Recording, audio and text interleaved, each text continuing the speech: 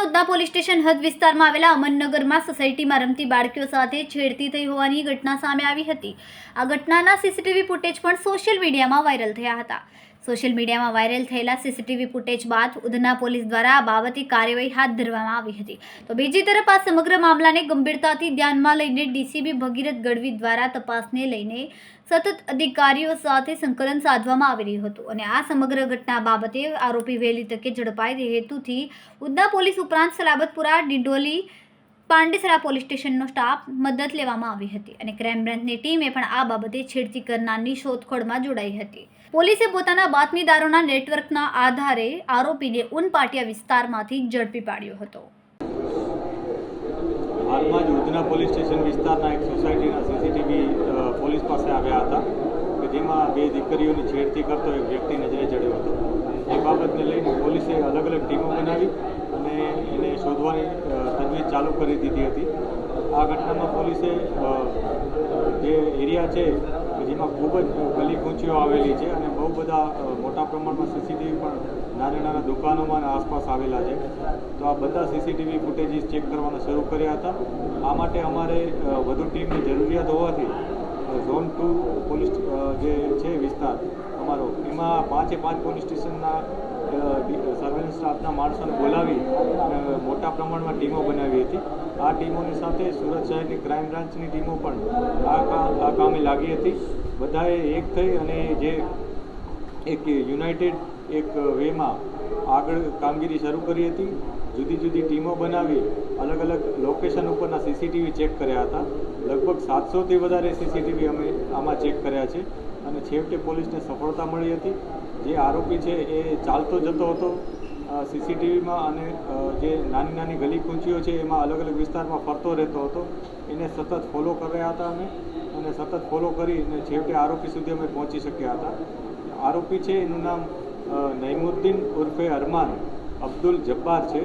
એ પોતે 19 વર્ષનો છે, મજૂરી કામ કરે છે અને ઉનપાટિયામાં રહે છે। આરોપી અગાઉ આ પ્રકારના કોઈ હરકત કરી છે કે નહીં, અથવા આ પ્રકારનો કોઈ ગુનામાં સંડોવાયેલો છે કે નહીં, અથવા અન્ય કોઈ ગુનામાં સંડોવાયેલો છે કે નહીં, એ તમામ તપાસ પોલીસ કરી રહેલ છે। જે નજરે જૂના લોકો છે એના સ્ટેટમેન્ટ પણ અમે લઈ રહ્યા છીએ અને આરોપીને કાયદાકીય રીતના કડકમાં કડક શિક્ષા થાય અને જે દીકરીઓ છે એ લોકોને ન્યાય મળે એ માટેના અમારો પૂરો પ્રયાસ છે અને ઇન્વેસ્ટિગેશન પણ એ જ રાહે અમે આગળ વધારીશું। 24 કલાક સતત કામગીરી, એક પણ અધિકારીઓ ભૂગ્યો નથી। કઈ રીતની કેટલી ટીમ બનાવી હતી, કઈ રીતની કામગીરી કરી?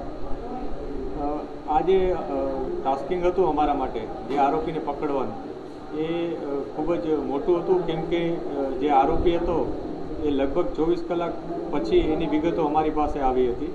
કેમ કે 24 કલાક પછી આ વિડીયો પોલીસને આપવામાં આવ્યા હતા। એના પેરેન્ટ્સ પણ અથવા એમના જે ભોગ બનનાર હતા એ લોકોએ શરૂઆતમાં કોઈ જાણ નહોતી કરી, જેથી પોલીસે પોતાની રીતના આગળ વધી અને એમનો સંપર્ક કરી અને આ સીસીટીવી મેળવી અને આગળની કામગીરી શરૂ કરી હતી।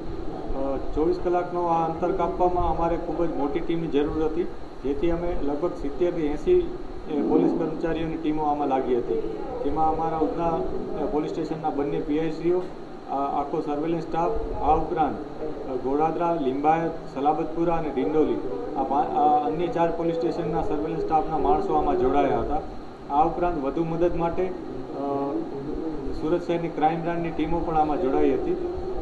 આજે સીસીટીવી ફૂટેજ ચેક કરવાના હોય છે, એમાં આરોપી નાની નાની ગલી કૂચીઓમાં ફરતો હોય એટલે ઘણીવાર ટાઈમિંગમાં પણ ઇસ્યુ થતા હોય, એટલે એને અમે સતત ફોલોઅપ કરી એને નેરો ડાઉન કરી અને છેવટે આરોપી સુધી પહોંચ્યા હતા।